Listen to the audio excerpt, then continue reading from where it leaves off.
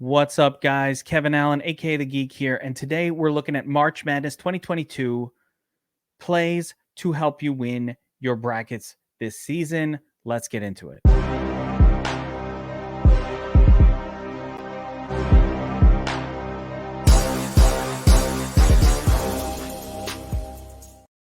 All right, guys, so let me start by saying I don't watch college basketball.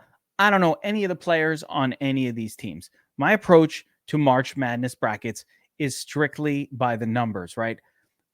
I don't care about anything else. I do not bring any sort of bias into this. Now, one of the things I talk about a lot on my podcast about leveraging ownership is how to leverage ownership for the most plus EV situations. Plus EV means plus expected value. And by using ownership projections for March Madness brackets, we can apply game theory to where we can give ourselves the highest percentage likelihood of taking down the tournament. And I'm going to explain how. But first, I want to give you a couple little factoids that might be of interest. So, since 1980, 14 teams with plus 1,000 or greater win odds have won the tournament. That's a 33% chance that not the top favorite, probably not even one of the top 4 or 5 teams in the tournament will win it. This is important. Since year 2000, 6 teams or 28% of the teams, 28% of the time, the winner of the tournament is not a top favorite. It's a team with plus 1,000 odds or greater. This is important because if you take a look at the sheet in the background here, you will see that as far as ownership projections go for the brackets this season, the top 4 teams, Gonzaga, Arizona, Kansas, and Kentucky, but mostly the top 2, are garnering a large majority of the ownership, and we're going to leverage that. And we're going to explain why. So basically, when you're in a bracket, what happens is that most of the people, they're just going to pick one of the top 2 or 3 favorites. And again, in the case of this season, it's the ownership is really, really focused on Gonzaga and Arizona. We're going to use that to our advantage now, and I'm going to explain how ownership leverage works, how edges and plus EV works, and why these plays are important. So take a look here. If you look at Gonzaga as an example, we'll start at the top.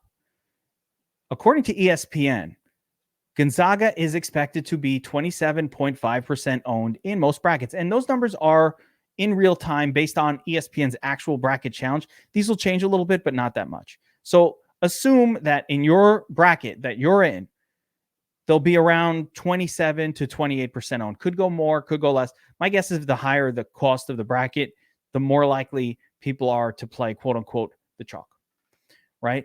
Now, on DraftKings Sportsbook, the odds of Gonzaga winning the entire tournament, plus 300. Plus 300 is an implied probability of 25%. Now, if we accept that implied probability at face value, which it probably shouldn't be because there's a little bit of vig baked into it, but we're not even worrying about that, then essentially your leverage by taking Gonzaga as your win pick is minus 3%. So you're actually negative leverage. Your edge is negative. And in practical terms, what it means is if you're in a bracket with 1,000 people and 27.5% or 27% of them choose Gonzaga, then if Gonzaga wins, you're still going to have to beat 275 actual brackets. So not only are you setting yourself up for a 1 in 4 chance of picking the winner, but then, in addition, you're giving yourself just a 1 in 270 chance or 275 chance of having the best bracket of that group of 270. And that's where EV comes in. So we'll go through this and kind of go through some other teams. But to explain how the math works, when you're just entering the contest, right, 1,000 entrants, you have a 1 in 1,000 or 0.10% chance of winning. Just if all things were even. So when you place an entry into the contest, you want your expected value to be ideally above 10%. Now, we don't have to shoot for the highest possible, but we want an expected value number above 10%. So how do we come up with a calculation for expected value? We take the win odds, 25%, right? Then we take the odds. Then we figure out the number of contestants that pick that same team, which in this case is 275 out of 1,000. And then we multiply, and your chances 1 in 275, that's 0.36%. Multiply these two numbers and get the EV for that entry, which in this case is below the baseline. So if you're picking Gonzaga to win, your EV in the contest is actually below the baseline of just having a random entry. That is a bad choice, right? Because we need to leverage the ownership to give ourselves an advantage. So as we look down the list here, you'll see Arizona. They are projected to be 13% owned, and actually their implied win probability is just about the same as their projection, which means the EV for brackets that choose Arizona is exactly 0.10, or essentially what is baseline EV. Not good enough. We're trying to give ourselves a true edge in the tournament. We want an edge on the field. So continuing down the list, we've got Kansas City here. Again, there is negative leverage on Kansas City.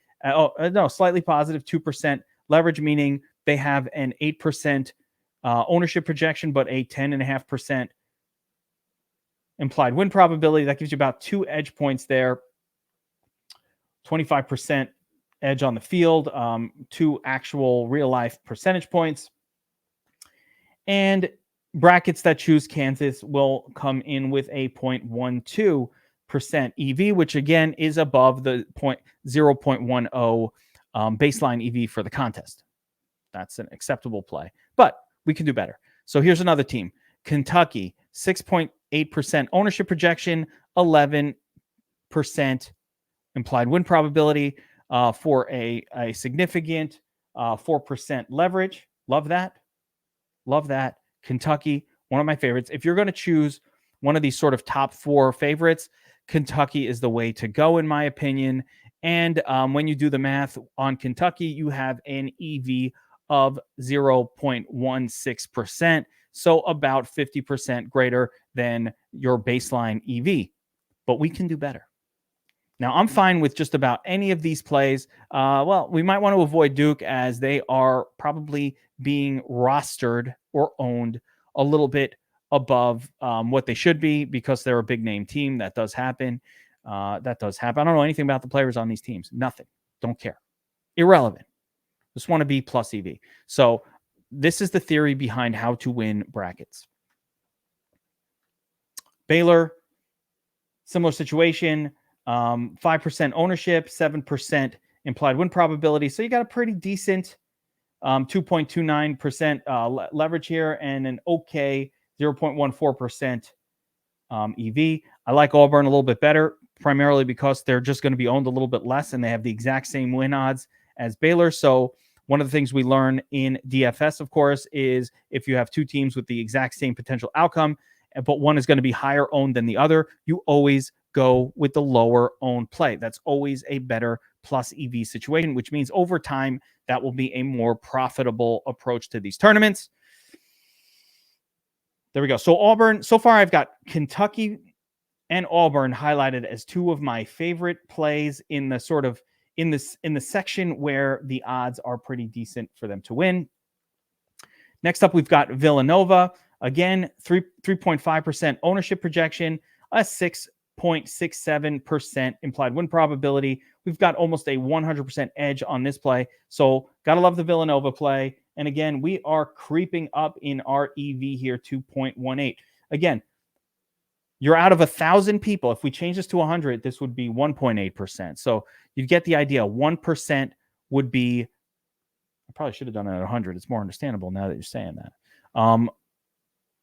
You go into a contest 1 out of 100, your win probability would be 1%, assuming nothing else. So the more above 1% we get, the better our chances. So Villanova, 0.18%. Purdue, again, very low owned, decent to high implied win probability, borderline double. That'll get us close to 0.2%. So here we are essentially doubling our EV compared to the baseline. And we are coming to some of my favorites. Texas Tech here, again, only 2% owned. Another really decent implied win probability, 4.35%.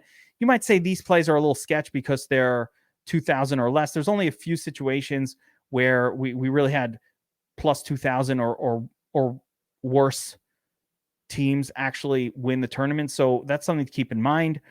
We're not just exclusively trying to chase ownership projections. We do want to give ourselves at least somewhat of a chance of getting in there. And that brings me to my favorite play from an EV standpoint on the entire tournament. That is UCLA, who are projected to be owned at 1.8%. Their win odds are plus 1,800 for an implied win probability of 5.26%. Massive, almost 200% leverage. And here you get the highest EV of any possible selection at 0.292%. So again, if we were looking at this as a 100% person contest, your win probability would go from a baseline of 1% all the way up to 3%. You've tripled your chances at winning the tournament just by leveraging ownership. So I hope this helps you set up your brackets for the season. Give yourself a chance to win. Understand it's really hard to build the best bracket. Obviously, there are other ways to do that, but give yourself the best chance to win by choosing low-owned potential tournament winners, because generally the way March Madness brackets go, if you pick the winner, there's so many points for that selection. And especially, you're probably only going to be competing with other people who've chosen the winner. So give that a look. Couple other things before I let you go. Number one, don't forget to check out the big Sharp app / DFS Army / whatever March Madness Bracket Challenge. The link is in the description below. We've got a free contest going where you can win some awesome prizes, including James Harden, NBA Top Shot, first round, NFT number 18 out of 200, valued around $1,000. Got looks like 20 million DFS Mafia crypto tokens. That's worth about $250 and part of a really cool potential new platform of crypto meets DFS. First place also comes with 1 year of Sharp App Pro and 3 months of Sharp Bets VIP. Those combined for another $250. So almost $1,500 in value to first place. You got a Cam Reddish Top Shot for second place. Prizes all galore. Totally free to enter. The link is in the description to this video. And in addition, I'm including a link to John Statsational Alessia's incredible March Madness breakdown article where he explains how to eliminate various teams. It's just super in-depth, how to eliminate all these teams from your bracket, give yourself even better chances to win. Sharp app, we've got all kinds of March Madness content coming, more and more stuff every day as we lead up to the tournament. But again, a reminder, no matter what you do, in the end of the day, if you're betting on something, make sure you're putting yourself in the most plus EV possible situations. Give yourself the best chance to win. Good luck, guys. We will see you next time on another Sharp App Breakdown.